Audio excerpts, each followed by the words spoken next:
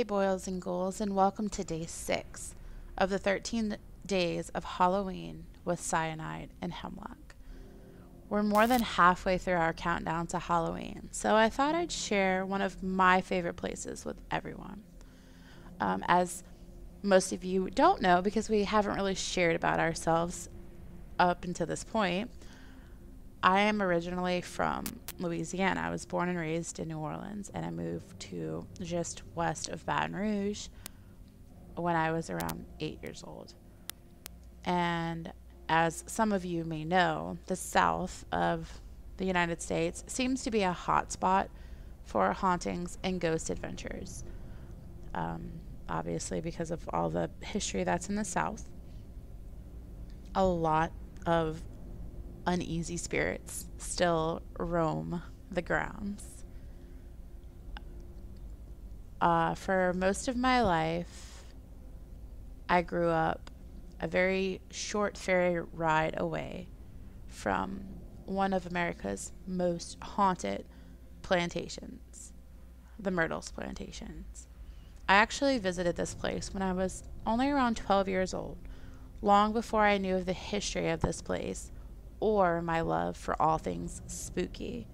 But now that I'm older and very much into all things that go bump in the night, I thought I'd share with you about this beautiful home that sits just north of Baton Rouge, Louisiana. The history of this house, named Laurel Grove at the time, began in 1796 when it was built by General Dave Bradford, or David. Bradford had fled to what was then a Spanish colony after being banished from the United States for his involvement in the Pennsylvania Whiskey Rebellion, giving him the name Whiskey Dave. What Bradford didn't seem to realize, along with all other owners in the beginning of this home's history, is that the land he decided to break ground on had once belonged to a native tribe, the Tunica. This tribe, as some of you can guess, used this ground as their burial ground. And as many ghost hunters and paranormal investigators will tell you, this spells disaster for all who decide to disturb their ground. He lived alone, away from his family for several years before he was pardoned by President John Adams, and his family was allowed to finally move in with him at this beautiful home. After his passing, his daughter Sarah and her husband, Judge Clark Woodruff, inherited the home. Woodruff's children and his wife Sarah passed away, which led to yet another change of hands.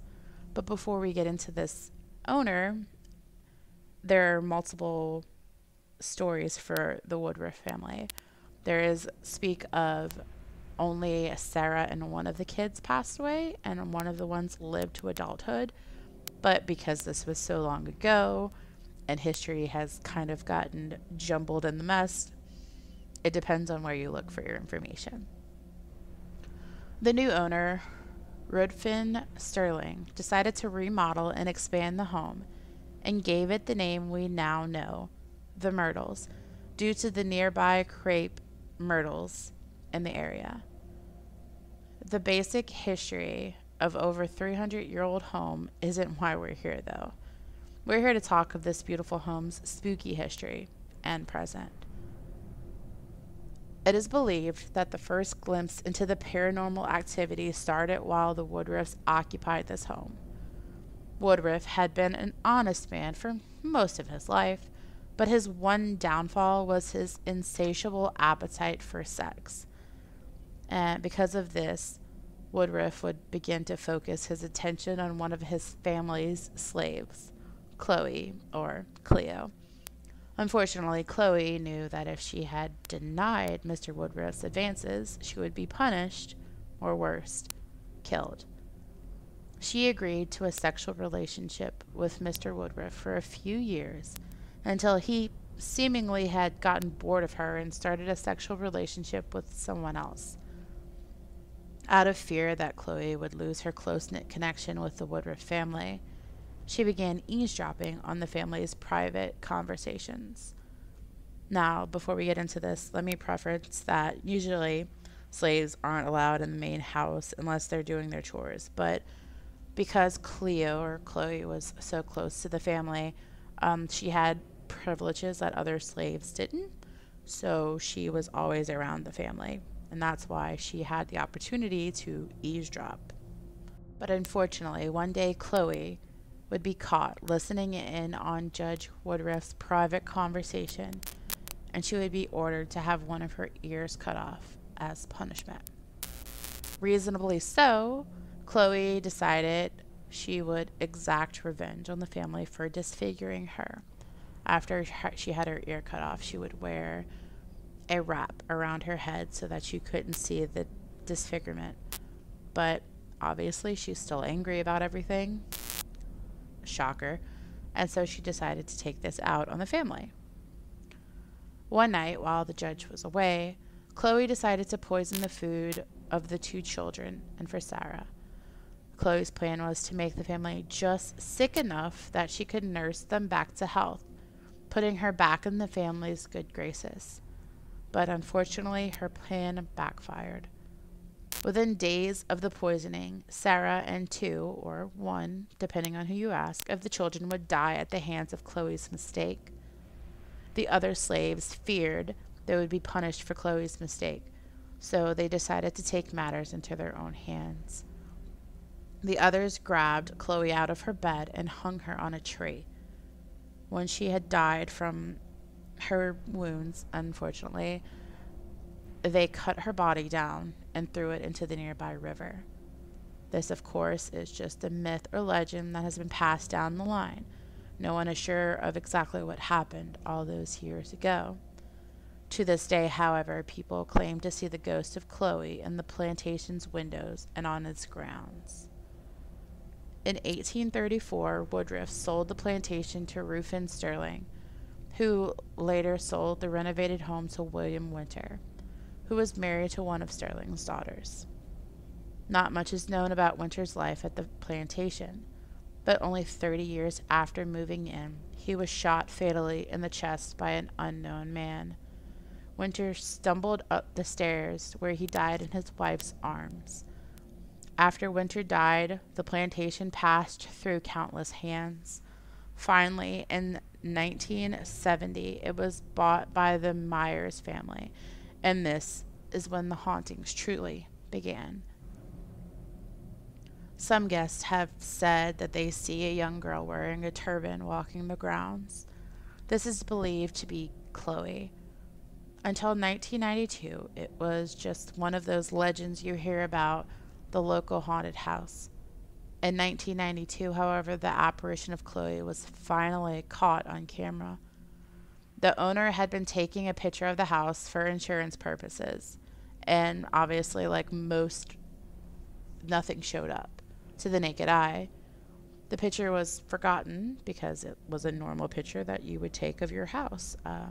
But it wasn't until 3 years later, when a researcher asked for a photo for a postcard that he was making, that he noticed a figure of a girl.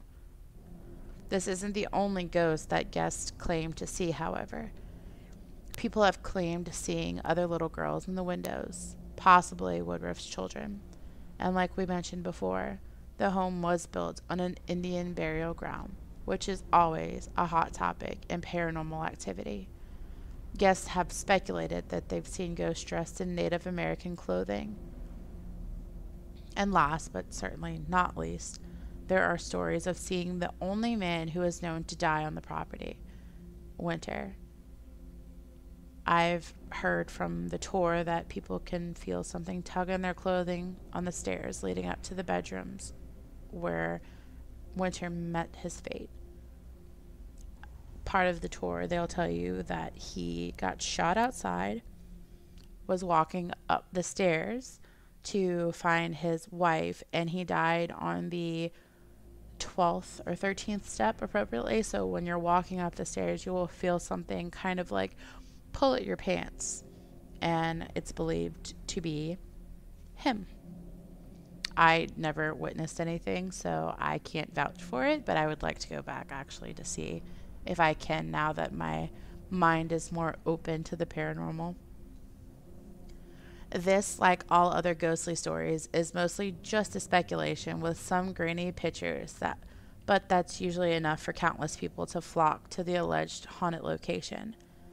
I personally do believe in the paranormal and have experiences myself, just not in the South's most haunted plantation. What are your thoughts on the Myrtles? Have you ever visited this wonderfully spooky place? If so, let us know in the comments below. We'd love to share your experience on our channel with our other spooky lovers. This unfortunately brings day 6 of the 13 days of Halloween with Cyanide and Hemlock to a close. We hope you enjoyed a little snippet of haunted history of the South. If you liked this video, be sure to like and subscribe and become a part of the Haunted Ghoul Society, which we now have a Facebook group for. You can interact with us and other wonderfully spooky ghouls throughout the year. We'll also leave that link in the description below for you if you'd like to join. That's all for me today, so remember, stay spooky.